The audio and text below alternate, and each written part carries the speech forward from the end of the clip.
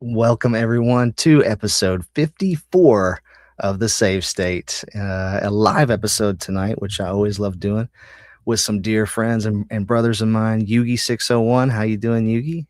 Very good. How you doing? Good to be back.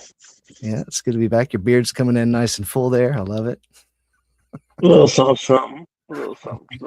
Yeah. Hopefully the lady likes it too. Yeah. Yeah, and Jason from The Construct. How's it going, Jason?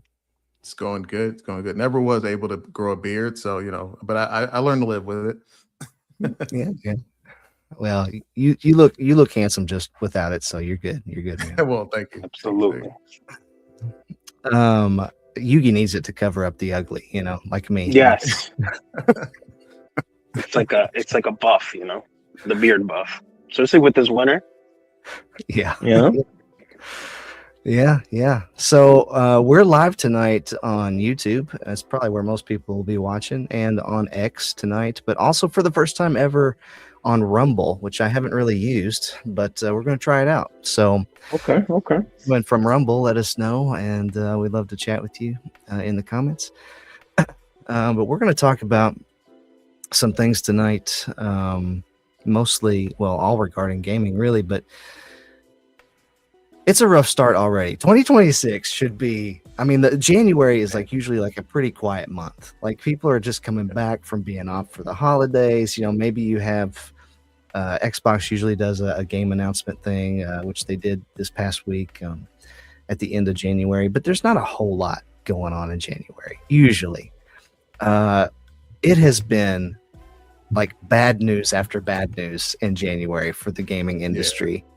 And so I just want to talk tonight about some of those things and kind of what we think the future of gaming is going to look like, and can it even survive some of the obstacles that are facing it this day and age. So that's kind of the big question tonight. Can gaming survive 2026 and beyond? And what does the future of it look like? So one of those things, I think that just jumping right into it. Well, actually, let's go easy. Let's ease into it. What have you guys been playing? Anything cool that I need to know about? Ooh, I don't know. So I've been. Go ahead, Bo. Yeah. I replayed Miles Morales, Spider-Man Miles Morales, because it takes place at Christmas. It's a pretty easy, 10 to 15 hour game, and you can play through the main story. So I replayed that and loved it again. I think that's the third time I played it. And then the new thing I played or finished finally was Indiana Jones and the Great Circle. Blew my mind. Such a fun game. Absolutely fantastic. They go hardcore into giants and the Nephilim, and I won't spoil the ending, but it's all this biblical stuff. It's crazy. Wow. But really fun, classic Indiana Jones. It's like being in an Indiana Jones movie. There should be a VR version of that game, but really fun and flat too. So those were the two games that I played. Yeah, I have. Uh-oh. Oh no. We lost him. That's You have right. a chance to say anything, Yugi? Yeah. So I did play Clair Obscur, and I did not get to stream it, which is unfortunate. But I finally got I think what I'm gonna do. I know this is totally off topic, but I'm gonna want to rant for just a second. Now that I finally have a desk, I think I'm just gonna have to get a spare monitor and just be a PS5 streamer for a little while. I think that's really gonna be the play. But anyway, definitely played it, and wow, I get it now. Right? I get it. Yeah. The whole time I'm an indie studio this changes everything. You know what it reminds me of actually? And I know you were alive during this era. You remember the PS2, Xbox, GameCube era where you could just go to a game store, just pick out a game, and it's just awesome off the shelf. You have no idea who made it, no idea about the companies, and you were just you know what I mean? I just don't know how much I appreciate the insinuation of that. I know you were alive during this era. Like, come on, man. Like, I know you're old. No, yeah. I do remember those days. Yeah, you could tell a lot from the box art. Like, you could tell the quality of a game. Yeah, you know, a lot of times, yeah. Mm-hmm. Like, it was awesome. Like that's how I found Shadow of the Colossus. Yeah, one sec, I got you. Give me a sec. That's how I found Shadow of the Colossus. Like, I literally walked into a game store one time, I think, with a friend. He saw it. He liked the name. We picked it out. Turns out to be a masterpiece. You know what I mean? Right. So, it kind of reminds me of that kind of era where, like, we're at this point now where, like, anything's up for grabs, and I love it. I think it's kind of. I feel like gaming is going through a bit of a reformation right now, which is good. We need that. Yeah. Yeah. Well, I think that's something that we'll elaborate on later. Yeah. But yeah, I think you're right. Clear Obscure, that's what he's talking about, Jason. I don't know if you caught that. Yeah. I'm having connection issues over here with the storms, but yeah. I Clear Obscure, there's a reason it won all those awards, for sure. Yeah. And while we're on the topic of what we've been playing, like I actually never finished Clear Obscure, so I'm finishing it. And then also with all of the recent like studio closures with Meta, I've been playing some of those games that were impacted by that. So Asgard's Wrath 1 and 2, huge games, almost impossible to finish. Yeah. So they're like so physically intense, but and so long. Yeah. That it's exhausting. It is exhausting. I mean, imagine Yugi playing. It's almost like sort of like Skyrim, I guess. Like imagine playing like an 80 to 100-hour game, but you have to stand up and actually sword fight the whole time. and block stuff. That's exhausting. Get the stamina of a crusader, dude. Yeah. Like I literally had to like kind of stretch. I have kind of a shoulder impingement on the right side. I had to stretch it out to play the game. You know, it's like you have to be in shape to play. Imagine trying to explain that to your doctor. So how did this injury happen? I was saving the world. Yeah. So I've played the intro of Asgard's Wrath 1. And it was like, man, this is really good. But then just time, when do you have the time to? It's a lot. That's something that always kind of gets me. Like, I love games, but like you'll crack open a new game and then they'll show you something like a skill tree that's like huge, and you're like, oh man, I don't know if I have what it takes to actually play this, or I don't know if I have the time to play it. Just like seeing multiple skill trees, and it's all great to see, but then it does kind of give you pause on like whether or not you should start playing this one versus something else that's a little bit easier to get into. Yeah. That's why I replayed Miles Morales, because I was like, I know I can beat this in 12 hours and move on and enjoy myself, That's fair. So that's definitely fair. Yeah. Yeah. I did buy some Steam games because they were so cheap. Lords of the Fallen. I've never played Lords of the Fallen, and it was like $2 or $3, and it looked pretty cool. I'm not like a Souls-like guy, and this is a Souls-like game, so I'm trying it out because I would like to say that I can beat a game like that, but dude, it's freaking hard. I'm like an hour or two in, and I'm stuck on this guy, and I'm like, I don't know if I can beat this guy. So that one might end up in the. You never know. That one might end up in the good old Steam graveyard. If you don't like it, I like it. It looks good, but I get roped in by the low cost of the Steam sales, and it's like that list is growing. But yeah. Let me know. Let me know if you actually power through that one. Well, it still looks really good. Like it's a few years old, but it still looks great. I also went back and I started replaying the newest Battlefront 2, Star Wars Battlefront 2. Still a fantastic looking game, and I actually really like the campaign. So that's what I've been playing is the campaign, and it's short too. It's like 10 hours. But I picked that up on Steam for I think $3 also. Very nice. Anyway, So one game that I am going to get back into, or two games. So The Division, I don't know if you guys remember The Division, but The Division and The Division 2, they're kind of getting revamped. I can't remember if it was 1 or 2, but I think 2 is getting a realism mode. So, it's a third person cover shooter. And one of the biggest problems with The Division was basically the bullet sponge enemies. Like it had this like super cool realistic setting, but then you were like, you had like upgrades and blue bars and yellow bars and purple bars, and you're just kind of like emptying your weapon in these enemies, and it kind of like lost its identity. So I'm really interested to see how it plays with realism mode. I'm very interested in that. I feel like Arc Raiders took a lot of inspiration from The Division. So, and I actually haven't played Arc Raiders. So, yeah, cool. That's cool. Yeah,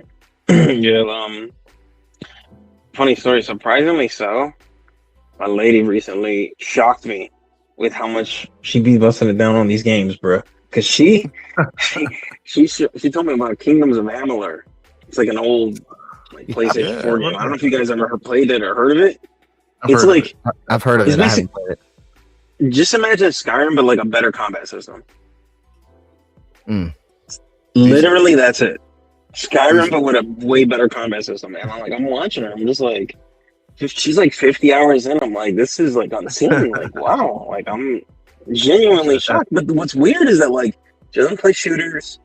She doesn't play any action games. But it's something about this one is got her. So I guess for the ladies watching, you got the girl seal of approval here for Kingdoms of Amalur.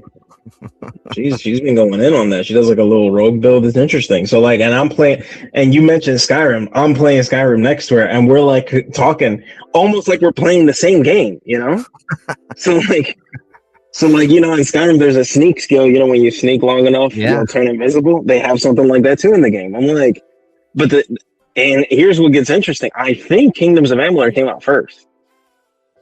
So, did it? Yeah. A lot of borrowed inspiration.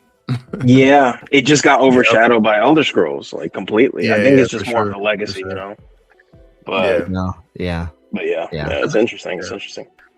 I've been meaning to go back to Skyrim in VR. Yeah. They had the VR Skyrim in VR. They had that on sale on Steam too, and I don't know. I think it was still like $15. I didn't pick it up, but I thought about it for a second. Pretty sure I own it. I just haven't fired it up. But I already gave you my like modded Skyrim rant. Like I can't. I'm like a diva now. Like I can't play Skyrim unless it's modded. You gotta at least put on like a survival mod so that you have a reason to have 1,000 cheese wheels. At least you have at least you have a reason to actually eat them because your character gets hungry rather than just like it's just arbitrarily there. Yeah.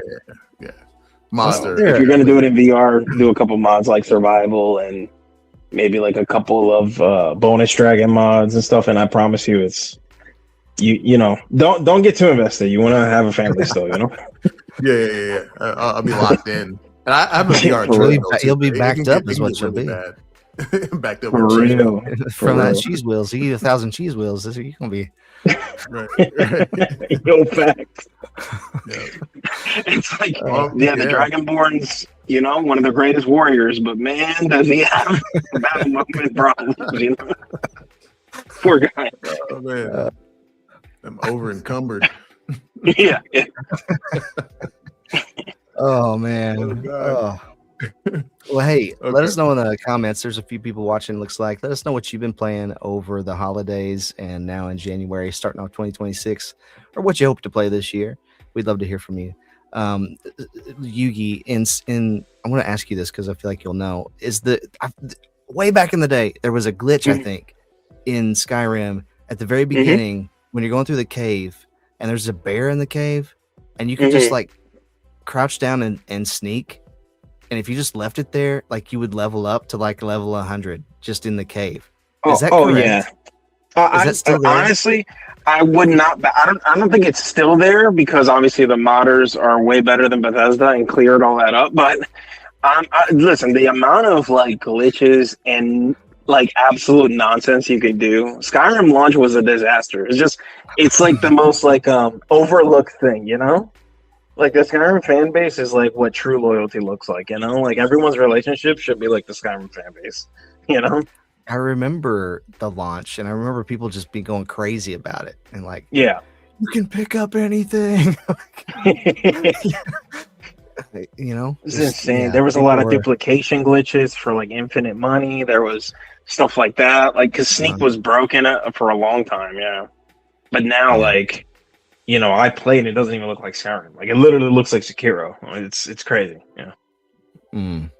Yeah. So good. So. Yeah. Very cool. Mm-hmm. Well, like I said earlier tonight, we're talking about the survival of gaming, and I'm going to go ahead and just say this up front. You know, in terms of the question, can gaming survive? The answer, I think, is yes. There's a lot of things against it right now. There's a lot of obstacles, and it seems like a lot of bad news. But it's not like today. You know, there's this huge fan base, a bunch of gamers out there who have a desire to play games, and then just overnight they're going to be like, you know what, I'm done with that, and the hobby's just going to be dead. There's always going to be people that want to play video games. So the demand, as long as the demand is there, gaming will somehow find a way. You know, even if it's with older stuff that's released. And honestly, a lot of us probably have backlogs that are big enough that if we never bought another game, we could finish out our lives still playing new stuff, if we're being honest. Because there's a lot of stuff that I started and never finished, and there's a lot of stuff that I've never even started that I have access to. Yeah. So 100%. I don't think gaming's gonna die. It will survive somehow, but there's a lot of challenges, and those challenges seem to be getting more complicated and tougher going into this year specifically. And it's already been, the last couple of years have been rough. This year might be even worse. So what's going on? Is there like something I'm missing here? What happened? Well, I've got a list of things, so I'm just going to start with the first one. We'll kind of go. Okay, we'll kind of go down it. Start from the top. Yeah. The first one is hardware shortages. So I don't know if you've seen all the stuff going on with RAM and SSDs. Yeah, and the prices of those things have skyrocketed. Like, we're talking like doubled, if not tripled, in some cases, and are even becoming harder to find. So RAM started last year, and what's happening is several RAM manufacturers are saying we're no longer going to produce this commercially. We're going to sell our stock to data centers that have these AI server farms. And so they're building, I mean, these, you know, they're building more and more data centers to handle AI. And those are just like huge computers, and they need RAM, you know? And so the demand for that, and they're willing to pay top dollar for it, it seems like. So all these companies that used to make RAM, like Crucial said, we're not selling RAM anymore to gamers. We're selling it to AI. So they've completely shifted their production in that direction. So that has caused the cost of RAM for us, you know, just the normal average Joe sitting around wanting to play games, has gone through the roof, if you can find it at all.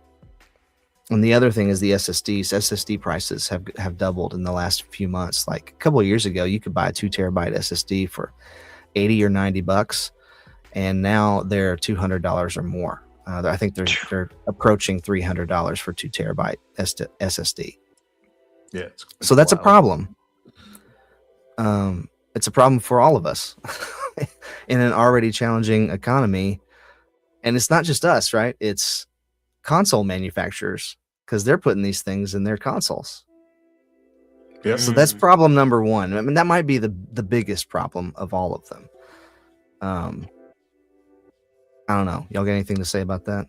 Thoughts about that, Yugi? I have so many things to say.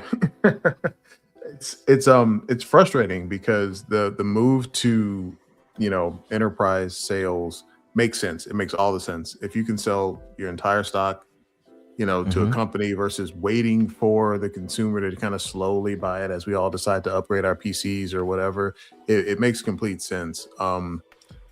But I think there is something that comes out of this, that something I've been wanting, and this is not a popular take, but, and I've said it here on this show a couple of times, is that we keep chasing fidelity in our games. I don't think we need to keep doing that. Like if you look at like the trajectory from like the NVIDIA GPUs and just like the amount of like processing power games take, like we were just talking about Skyrim and how great it is, right? I mean, it's great without needing 64 gigs of RAM on your PC, you know, or a 5090 graphics card just to make it run.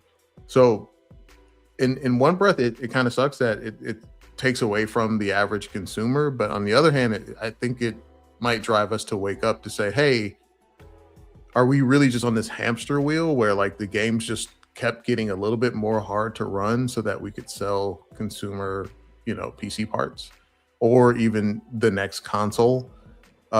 Because any like hardcore gamer will tell you that they can have just as much fun playing a game that came out in the Xbox 360 era as a game that they play today, right? So Yeah. is there a true need for like this constant push for like more pixels, more polys? You know, is that necessary? And I think this whole, you know, uprising of hardware sales is going to make us have to take a really close look at that question.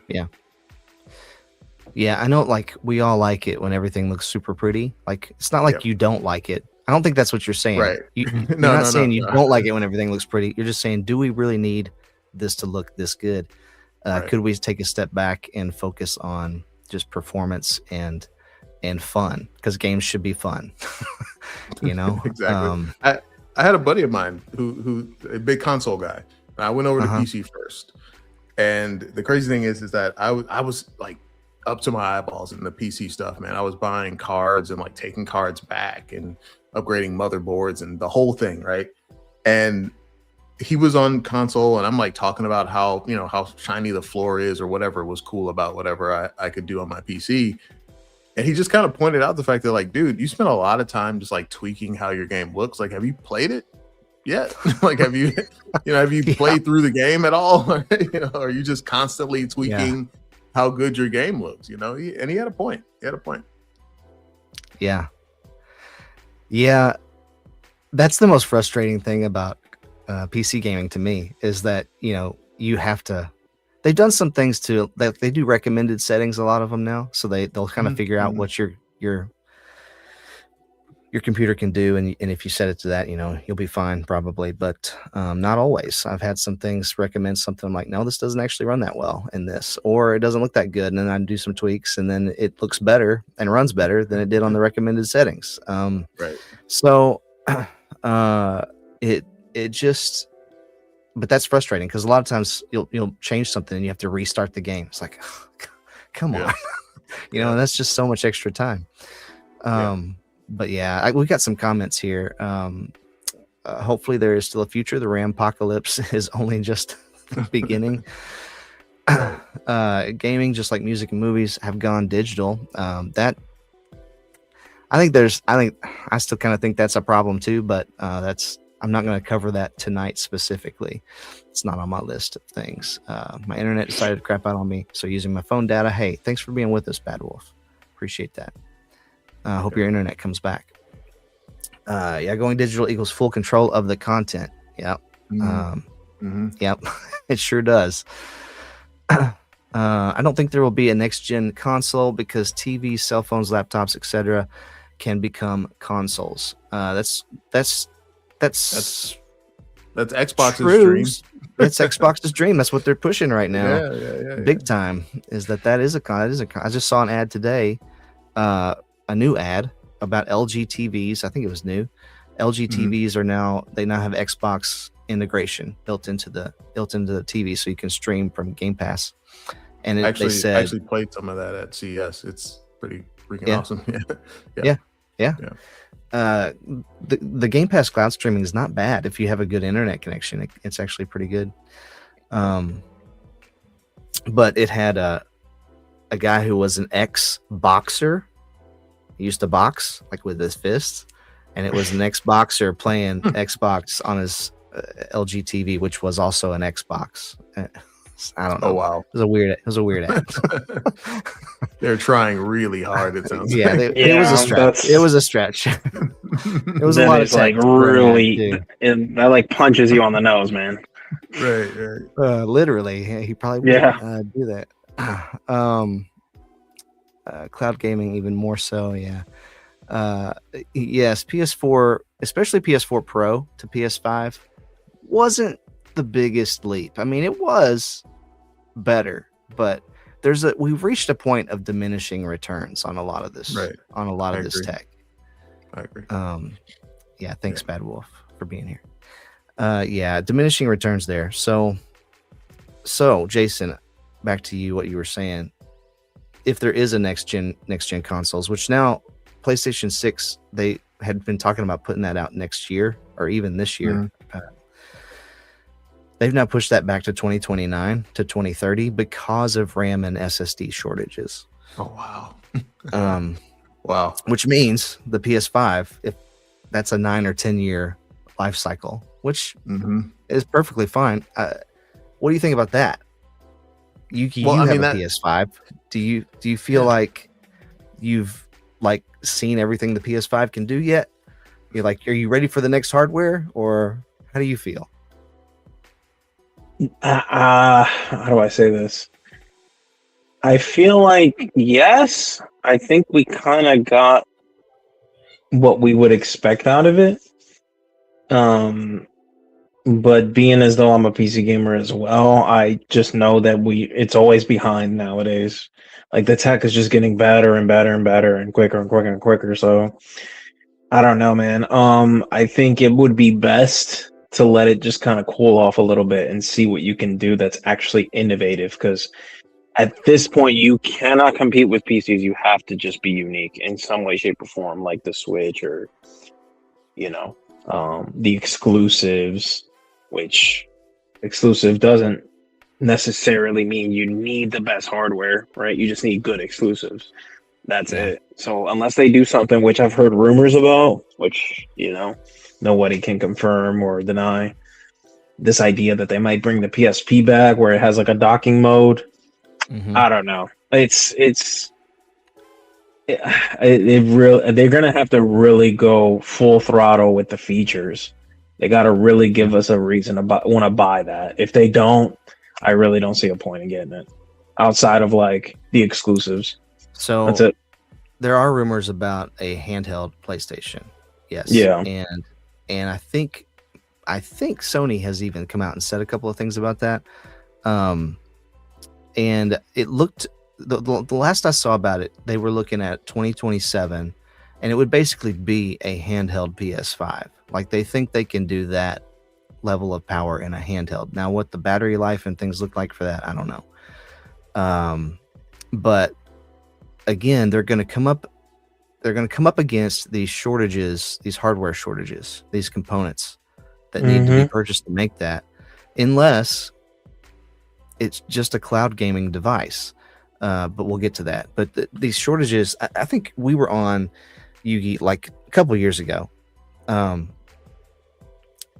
By the way, this is my 3-year YouTube birthday today. Hey, happy birthday. I got a notification this morning. Like, very nice. But a couple of years ago, Yugi, you and I were on the podcast together talking about the PS5 Pro, and I was like, they can't do it. There's no way they can do it because it's going to be $700 or $800. If they do that, that's how much it's going to cost them to make that. And I just want to point out that the PS5 Pro is $700 or $800. They did do it, and I don't know how well it's really selling for them. I know, like, I hear YouTubers, a lot of YouTubers are like, "Yeah, I bought it," but they're also writing that off on their taxes, and Right. like they're using it for work, and so Yeah. I don't know how much it's really sold. But when you buy the disk drive with that thing, you're looking at over $900 with taxes. So you're approaching $1,000 console. And then if these prices continue to go up by 200, 300%, maybe even more than that for these components, those prices for those consoles are just going to go up even more, Yeah. Like the next generation might be $1,000 generation. But when you look at the 5090s, Jason, how much is a 5090 now? Isn't it like close to $3,000? Like no, that's the low end. $2,500 or something? That's the low end. 3,300. That's the low end? Is the low end, but $5,000 is the high end. Yeah. For a graphics card. Yeah. That's ridiculous. Ridiculous. When we were younger, Absolutely. graphics cards were like, the high end ones were like $200, $300. Mm-hmm. Yeah. Yeah. Yeah, you were going all out with an overclock version for like $500. Yeah, with a $300 one. Yeah. Yeah. Now basically graphics card or a used car. Like, come on, that's crazy. Yeah. You can buy a small sedan for the same price. That's insane. Yeah. Yep. Yeah. I don't know, man. But that's why I say I feel like it's pushing us into this kind of like renaissance where you have to say, do you want to play games or do you want to play it on like this really, really expensive hardware? I played the streaming. Like, I actually didn't know there was like a 70-inch OLED screen at CES, had Indiana Jones on it, and I thought they were just showing off the TV, and you couldn't tell, and I couldn't tell. I didn't realize there was no console there. Yeah, I had no idea, until I looked at the little card next to the television. So, I mean, that's one way. I mean, yeah, it does get us away from owning our games, sure, but if I don't have to buy the box to put it in my house, especially if they cost $5,000 for just a graphics card, it will force us into more cloud gaming, I think, because it'll be the only way that some people can play. I don't like it either, but it'll be the only way though. If you want to see, the top graphics of the latest game, and you don't have $12,000 or whatever it'll cost at that point, you might have to join the cloud. You might have to pay that. And see, this is where I'm stuck. And this was something I wanted to get to next, actually, was the cloud gaming push. So we'll just go into it right now. But the cost of RAM has skyrocketed. Like, we're talking like 250%, right? And GPUs have skyrocketed, and SSDs are now skyrocketing. And there seems to be this thought. I can't remember who it was, and I should have saved it. I just read it like within the last week, and it was a quote, and I can't remember if it was from the head of NVIDIA or the head of AMD, but it was like the head honcho of something. And they were talking, and they were basically saying that their vision of the future is that, you wouldn't need to buy all these components to upgrade your PC anymore. You would just rent cloud space from us, cloud computing from us. And that is the future that they want. They just want a future where you have a keyboard and a screen in front of you or whatever, but there's no compute power locally, or very little, like a Chromebook almost, but everything's done in the cloud. And so that's what some of these people are looking at. And that's the first time I'd heard anyone big like that say something like that. But then you look at the environment, the tech world right now, and you're like, that kind of seems like where they're headed, like where everybody's going. Yeah. I could see that as a very real possibility for the future. And man, I don't know. I don't like that. I don't like the idea of that. I just don't like it. Not that there's anything I can do about it, but If I could play devil's advocate for like 5 seconds, because I don't like it either.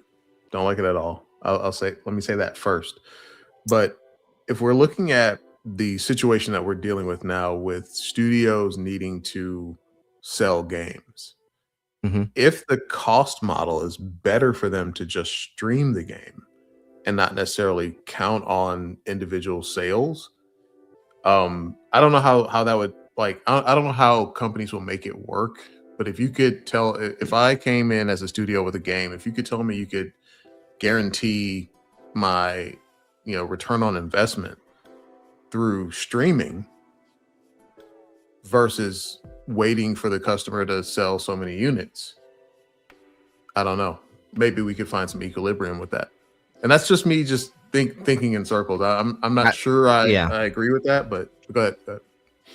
But Game Pass kind of tried that already, and the Microsoft coffers have been poured into a lot of different developers saying, "Hey, bring your game to Game Pass," and they've been able to keep their doors open because of that. But also, I think that has cannibalized a lot of their sales that they would have made. Yeah. If I can come back, at it that way, and I don't know that, like, it was really like I canceled Game Pass because I just can't afford it anymore. But when I had it, it was really easy to be like, oh yeah, that game looked kind of interesting. I'll try it and play like 30 minutes of it and never come back to it. Right. Yeah. That's true. Not that I haven't done that with games that I bought, but you could do it not as much, not as often.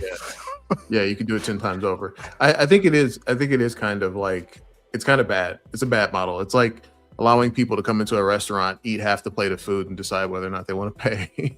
Once I've kind of, already experienced it, then like I'm not really going to invest in it. And then it also breaks all the other cost or, pricing models where it's like you want people to actually do microtransactions on a game that they're kind of technically renting. That's not going to work. It can kind of eat itself alive. I don't know where we go from here. It's a tangled ball of yarn, to be honest. It is. Yeah. Well, I think that's the most shocking revelation that I've had in the last this month, this year, is just the fact that is what they want to do. They want to force us all into a place where we have to subscribe in order to use a computer. That's what they want. Yeah. Anyway, I'm going to go to some comments here. Didn't the PS2 last for a decade? I think the PS2 did last for about a decade. The Switch has also lasted for almost a decade at this point.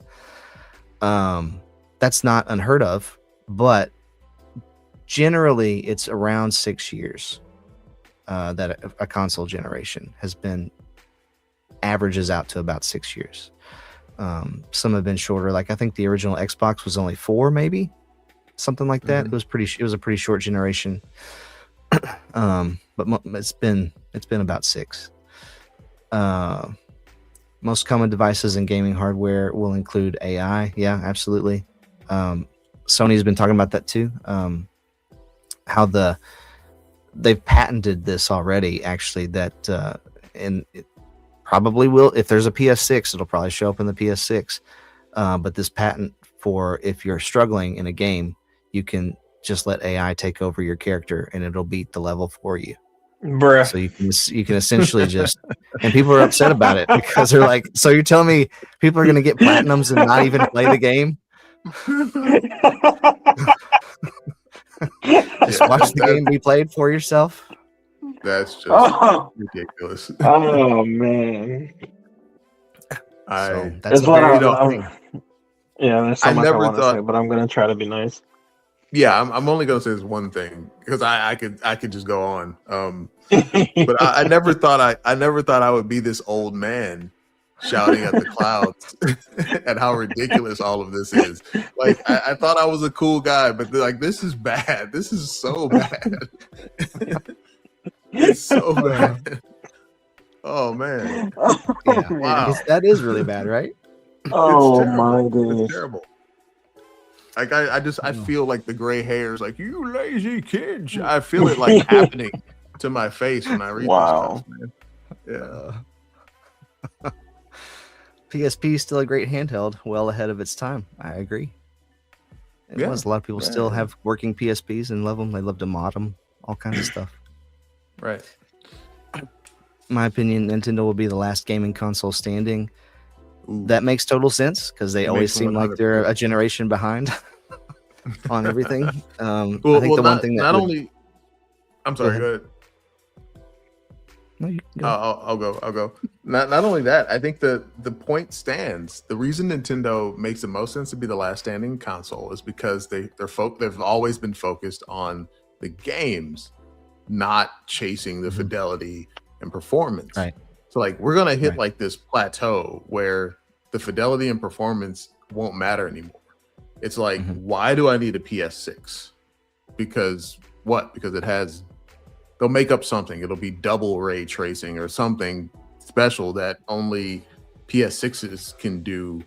But why does it like? Am I still playing GTA? I can play it on my PS5. Like, I don't need more birds in the sky or whatever you're gonna cook up to make me feel like I need another box to play it on. Right. Again, it's the law of diminishing returns, and they do have to, like, it comes down to the marketing. Like, how are you going to market this as something that we need to upgrade to?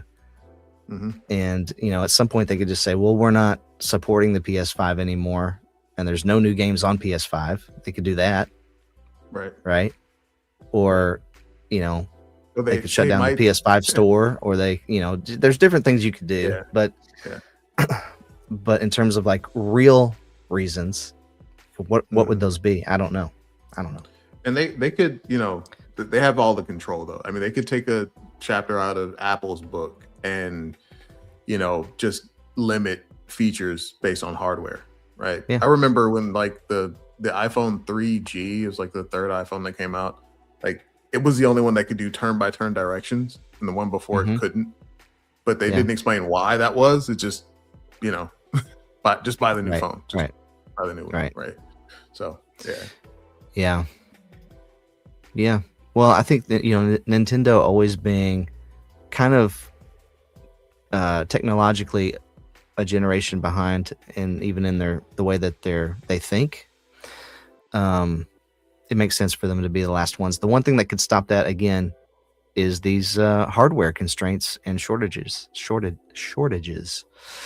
So we'll see what happens. I hope they all last for a long time, but I don't know. It kind of seems like Xbox has almost given up. I don't even know if they'll continue making their I was talking to a good friend of mine, and he like playfully said Xbox is better. I was like, dude, the console wars have officially ended when Halo's on PlayStation. I'm sorry, that's it, dude. Which is this year. You lost. There is no more. There's no debate. It's over. Yeah. That new gosh, the remakes just make me so mad. But they're remaking the first one, and they're putting it on PS5 day and date with the Xbox, which is just insane. That's insane. Yeah. They conceded. Olympus has fallen, boys.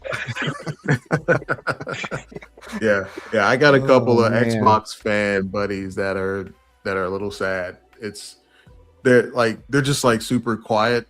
I mean, I was an Xbox fan. I mean, I was an Xbox fan for a different reason. Like when they first, I'm that old, so like I was alive before the Xbox existed. So when they first came out and they had Xbox Live, yes, it was paid, but like everything, because they started the pay model first, things on Xbox were so much more premium and kind of upscaled. Yeah. So, and like PlayStation was like, free online, and that kind of sold a lot of units, but then like you could definitely tell the difference of like where the money was going on Xbox versus the experience you were getting on PlayStation. So that made me an Xbox guy early on. But again, I feel like at this point, like the curtain is down. We've seen behind Oz's closet or whatever, because we're now seeing that the console wars had made absolutely no difference. It was literally just them basically separating the market on purpose, right? And we all kind of knew that, right? we used to think like, oh, why can't I just put my PlayStation disc in an Xbox? Why can't I do that? That question popped up back then, right? So now we know it didn't matter. Yeah. They just, they just wanted their money in their different buckets, and we were in the middle of it. So Yeah. Happy 3rd anniversary. Thank you. Balloons celebration. Thank you. Appreciate it very much. Remortgaging your house for an RTX 7090 in 2030. I'm telling you. Yeah. You'll own nothing and you'll be happy. Yeah. 4 gigs of RAM is going to become a luxury for stuff like smartphones and tablets. I mean, maybe so. I think we are going to have history repeat itself. It's going to go back to the days where like only the majorly affluent people will have like a personal computer with 2 terabytes of RAM. It's going to be like for the top tier of society, You're gonna need like 3 jobs and a loan or something just to get a new PC. Like, yeah. You have to be dual income, no kids, just to buy RAM. That's what I'm saying. Let's pray that's not the case. The last thing I'll say about the cloud gaming stuff is that this is a projection. The annual growth rate of cloud, just in general, not necessarily gaming specific, but in general for cloud computing, cloud revenues expected to grow from 1.4 billion in 2025 to 18.3 billion in 2030 by 2030. So that's a growth of 50% a year over the next 5 years, which is crazy. So, if you're a business and you see those numbers, those projections, you're like, yeah, I want a slice of that pie. What do I got to do to get in on that? Which is again kind of scary to me, but this is where we are right now. So yeah, I'm gonna go on to next to the layoffs. There's been, you guys know, a ton of layoffs the last couple of years in gaming. A lot of studios, like a lot of really good studios. Jason brought this up sort of earlier about Meta, but Meta just shuttered 3, or was it 4? At least 3 top tier studios. 4. Yeah, it's 4. Yeah. I feel like we should, and for some reason we keep missing the last one, the 4th one within studios. But yeah, 4 studios, and they all did really, really well. So you had Deadpool VR, you had Asgard's Wrath, and you had Armature, which did the port for RE4, Resident Evil 4. Which, such a good port. I love that game, and it was a great port, fantastic port, great port. Yeah, and then within studios actually did a fitness game. That has a thriving community. They've actually started a change.org like signature petition. Which one was that? Was it Supernatural? Which one? Supernatural. Yeah, Supernatural. Yeah. And they're like making money, like with monthly subscriptions, right? Yeah, monthly subscriptions. And they shut them down. I mean, it uses licensed music, so that's kind of why it needed a subscription. But I mean, it was doing really well. So it was just quite the wake up call. Like when good games don't work, it really makes you think like, what's going on? Like what's really happening here? Well, they more or less closed Camouflage, not officially yet, but laid off almost everybody, and they made Batman last year, and it was Game of the Year. I mean, how do you take Game of the Year that set up a sequel, and you've already laid all the groundwork for a sequel, including probably a lot of assets and things to make that game work, which you should be able to turn it around a lot quicker and cheaper, and just shut down the studio. I don't know. It's really crazy. It's very frustrating, and I'm sure it's frustrating to them a lot more than me. It's but majorly frustrating. I'll say this about the Meta layoffs. Meta, it's such a rock and a hard place. It's such a conflicting space because Meta really put VR on the map.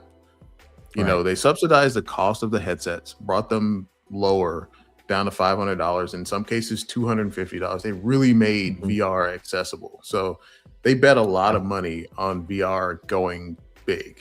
and they put everything they could into it. But unfortunately, I think VR is still such a niche gaming experience. It couldn't be forced to go like mainstream.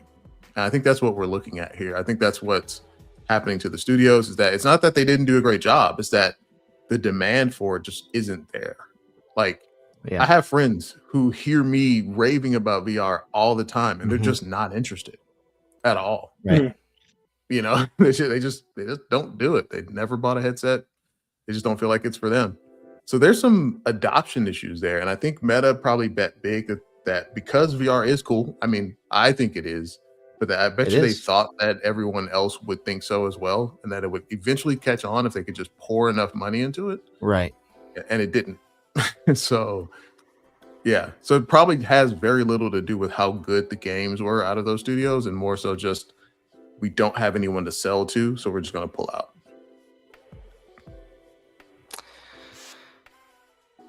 You make a game like Arkham Shadow, and then, you know, and then your sales aren't right. It's like there's not much more you can do.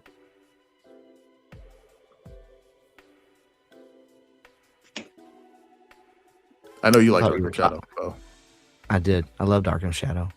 I also thought you were talking still because I pulled up the live stream and it's like 10 seconds behind. Oh, okay. So I was listening to you again. I was like, this sounds familiar. Anyway, yeah, Arkham Shadow was my favorite game. It was my game of the year last year. I loved it, and I wanted to see more. I was hoping that we would get a trilogy in VR, you know, an Arkham trilogy in VR, but it doesn't look like that's going to happen. So, and I've played Iron Man from them as well, and Iron Man was a great game that also set up a sequel that I wish they could do. Yeah. But it doesn't look like that's going to happen either. So just really sad all around. Yeah. But it's not just VR that's got layoffs, and man, VR is really struggling. I know I've done some interviews with some people in the VR industry on this podcast in the last few months, and some of them have released new games, and the games are, I've played them and I think they're great, but they just didn't sell. Yeah. And they've had to lay off people because the game isn't making any money. And it's like, that's so sad. Like just to see something that, like, I can sit there and play it and know that this is really good and people should be playing this. And then there's just nobody playing. Like it's really hard to see that. And being someone who creates stuff, I know, like, if I make a video and I put it out, I'm like, I really worked hard on that video. That's a pretty good one. And then nobody watches it. That kind of hurts. It stings a little bit. Yeah. No but if you've worked for years on a game and you're like, man, I've put, my life into this game. And then nobody plays it, that's gotta hurt, 100 times more. So it just sucks. Pardon my French. It does. Adoption is rough. But what about I feel like I can point directly at VR adoption as the issue in VR. It's hard to tell people to strap a toaster to their face and trust me, it'll be fun, right? But it's happening in flat gaming too. Yeah, it is. Like why? Like there's something going on. Like I don't know if it's I heard somewhere that gaming's biggest competitor is short form video. I heard that somewhere. So I'm sure that it's definitely a competitor, right? I mean, anything in the entertainment space is going to be a competitor. Maybe that's what it is. Like the loading screens are not as fast as a TikTok video. So, right. Lord have mercy. Too busy loading all that ray tracing raindrops and all that stuff. Right. Ray trace. Why? Yeah. That's a great. Why play a game with a compelling story when I can get like 50 different talking points of different subjects in like 2 minutes? Yeah, and they're probably all wrong. They're probably half of them are wrong, or absolutely toxic to my own well-being. Yeah, for sure. I think that's, even if watching short form video becomes not a competitor for your time, it's still become a competitor in the sense that it has trained your brain to not focus on anything for very long. And a lot of games take focus. I know there's been some recent studies that I've seen come out that gaming, especially specific types of gaming, like puzzle gaming, adventure gaming, things that require you to think, like not just a shooter, but things that like make you stop and think and strategize and stuff. They actually have now done studies that show that your brain can age up to 10 years younger if you're a gamer. But if you play specific types of games, like your brain ages, it's 10 times younger than it should be, like when you're old. I can see that. I could totally see it. Yeah, no, it's funny because I think my wife and I were out at a park or something. We were looking for one of our children, and I'm like, they're over there, and they were like 500 yards away. But I remember the color of the shirt, and just I thought about it. It's like, you know, my hand eye, or just like my ability to track a target really fast from far away is probably a little bit better than hers because I game more. At least that's what I told myself. But yeah, just being able to just exercise your brain anyway is probably very useful. Yeah, absolutely. Yeah, that's a good example. So yeah, there's been a lot of other layoffs. Like Ubisoft last week came out and announced they're laying off I think over 1,000 people, something like that, which of course, you know, they said was a difficult decision. We made the difficult decision to lay off all of these people. They always say that, but that it's necessary. And they canceled 6 games that they let us know about anyway. They put, I think, 5 or 6 more on hold with no good idea about when they'll resume production on those. They did say that Beyond Good and Evil 2 is still safe, even though that game has been being worked on for like 10 years or something. No, like maybe like 12 years now. That was announced a long time ago. Do y'all remember that? Yeah. They announced it at E3. What year it was. And I think it was like 2014, something like that. They announced Beyond Good and Evil 2. Of course, Beyond Good and Evil is like a cult classic almost. Like people really loved that game. So they announced a sequel to it, and they were like, and you guys can submit music that you've made and we'll put it in the game, and you guys can make art and we'll put it in the game.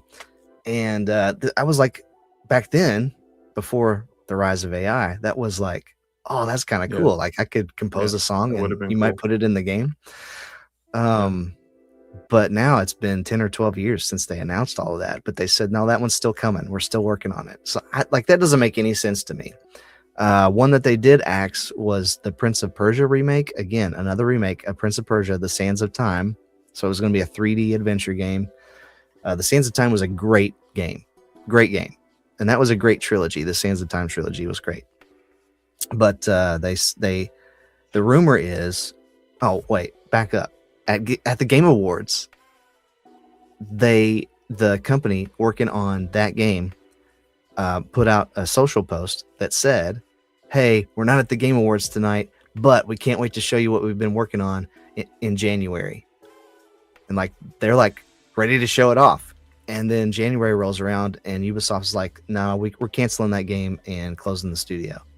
And it's just like, the rumor was that it was done and they were going to release it in January.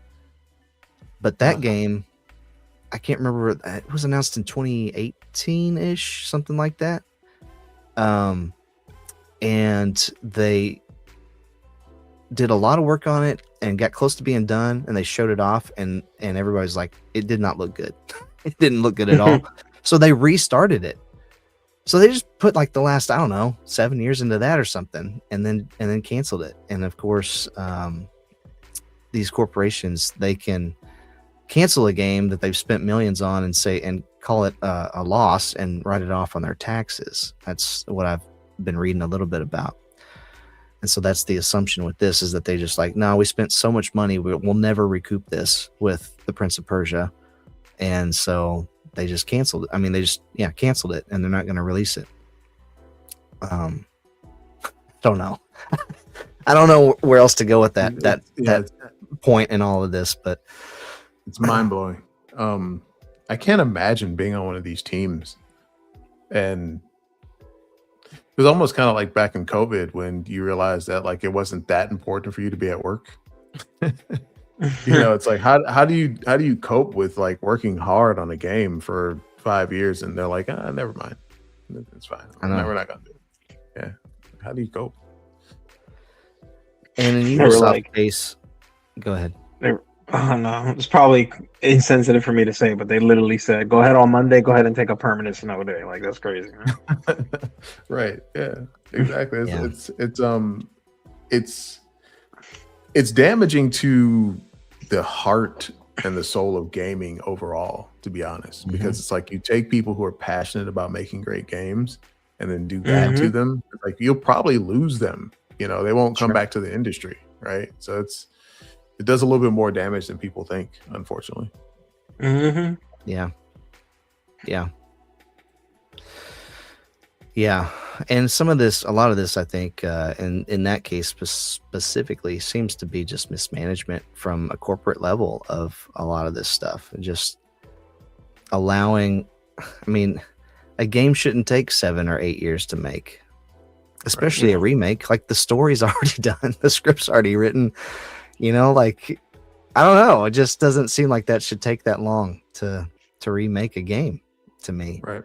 And I'm not a game developer, but it feels like a long time, and it feels like management at some level is to blame for that. And absolutely, because for example, the king of remakes lately is Capcom, undefeated. How are they keep releasing remakes and they sell like hotcakes? Yeah, because they know what the people want. They know what they expect. It's like, okay, it's still the same, but it's so improved that, didn't RE4 almost win Game of the Year, the remake? I think it was nominated. Yeah. Yeah. It was a nominee. Yeah. You know what I mean? Like Capcom's got something figured out there that I think management and these other companies aren't just figuring out. Like I really don't see how you could mess up Prince of Persia. I really don't get that. That frustrates me. Oh yeah. Yeah. You've played RE4, the original and the remake, right? Yeah. So I have not played the remake, but would you say that it's essentially the same game? Like is how close is it to being the same? I would not say it's the same game because how do I put this? Story, right? Yeah, same story. But they're in the remake they added a little more. It's kind of like Final Fantasy VII remake. A lot of people say Final Fantasy VII remake isn't even really a remake. It's more of a sequel. RE4, yes, it has the same like points and story plot, but like there's a little extra there that isn't there before that keeps you invested, especially a lot of the cutscenes. They remade them. They made Leon way more cooler than he already was, and it's like okay, yeah.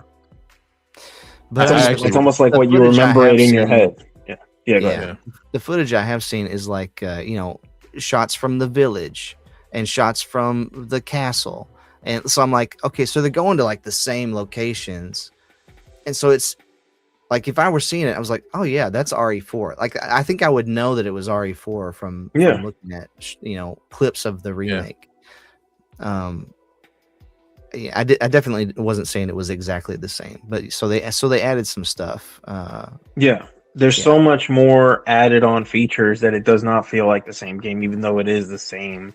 So it story. does keep some suspense in there. Like you don't know what's coming next necessarily. Yeah.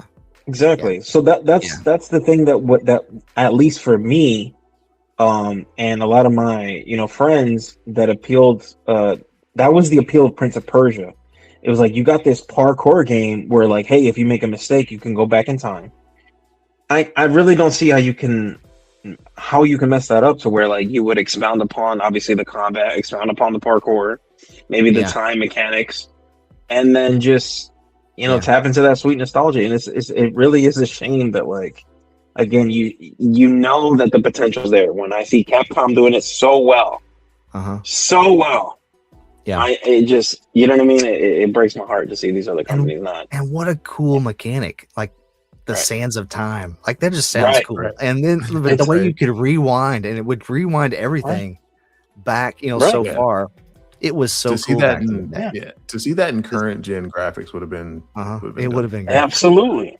It's like it's that one thing, because like no game really gives you that immediate you can go back, right? Obviously, some roguelikes, some games with good loading time, sure, you'll die and you can just come back immediately. But to be able to like take the hit, go back and learn from it on the spot, like that's satisfying, Yeah, for real. Yeah, and that would have been unique. It would have stood out even today. Absolutely. Yep. It's a shame. Yeah. Speaking of ubiquitous gaming, you can play Resident Evil 4 remake on your iPhone. Yeah. That's crazy. That's insane. Yeah. I think you can play like the first couple minutes of it for free, right? I'm pretty sure I did that. Yeah. It definitely tears through your battery for sure, but but it is possible to play it locally, which is nuts. With ray tracing, actually, crazy enough. So, guys, I know it's getting late. We've been on here for a while. Is it all doom and gloom? Is there hope for gaming's future? Would say so, because I was mentioning earlier, I'll say this real quick. I was saying earlier, I think there's a little bit of a reformation happening in the gaming industry with indies. I think these things are gonna just overshadow the AAA industry, or whatever you want to call it, AAA games, and people are just gonna really look at them twice. Again, like when I play Clear Obscure, I platinumed it. I like beat it. I think I have like 200 hours in the game. I couldn't stop. I couldn't put it down. I'm telling you, if that's what we expect from indie studios, that changes everything. Now it's like you got to be a conscientious buyer here and see who's really actually putting in the effort and giving you your bang for your buck. Yeah. Right. Yeah. The gaming reformation's here. I totally agree, Yuki. I totally agree. I think big corporate had its chance. It gave it a shot. Right. It went too hard. It's like gaming is like Camelot. It's not the palaces. It's not the walls. It's the people. Right. It's not. So gaming will live on. We'll be somewhere playing games like Clair Obscure. On our own and funding those independent studios, kind of like the old days. We don't need the big corporations trying to make it bigger than it is. Yeah, because it really, the more you look at it, the more it just seems like what they're doing. They want to put in all the things that we don't want or need, like microtransactions. Right. And please the gamers, not the shareholders. Yes. Yeah.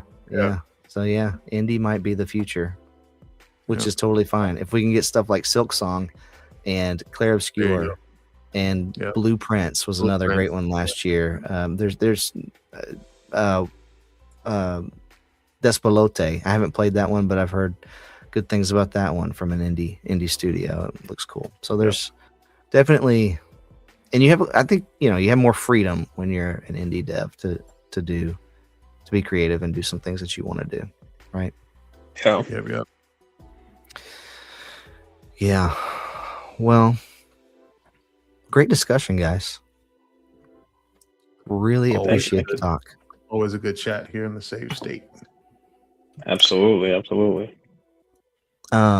Let us know where we can find you guys if we want to get in touch with you. Connect with your content. Yeah. Why don't you go first, man? You can catch me with this same name everywhere. I guess I haven't been posting, I haven't been around, but The funds are tight, but I got the desk. I'm literally at it right now. I just need the monitors, and then I'll be back online. So you guys will probably catch me streaming some PlayStation games here in the near future. We'll There you see. go. You heard it Yeah, here but I've first. been He trying. finally got a desk, I've been ladies and there. gentlemen. I stuck to my word. I said I already knew the last podcast. I told you Claire Scare was gonna win. So there it is. You know what I mean? I already know. I just didn't get to stream it, so I played it, and it absolutely lives up to the hype. And We'll platinum see. it. And platinumed it. Yeah, And didn't absolutely. and didn't text me a single time about it. I was too So busy playing. I was locked in. I was locked in. I was so locked in on that game. I was playing it on remote play. Okay, I would be at appointments playing Clair Obscure, and people were like, "That game looks crazy." I was like, "Yeah, you should get it. You should get it." But yeah, that's so cool. That's very cool. yeah, definitely catch me here soon, Lord willing, in the next couple months. I'll be Nice. set up. I got the desk. Okay, step by step, but bear with me. Step. But yeah, step by step. Yep. Sweet. Right on. Cool. All right. You can find me here on YouTube, the construct_VR.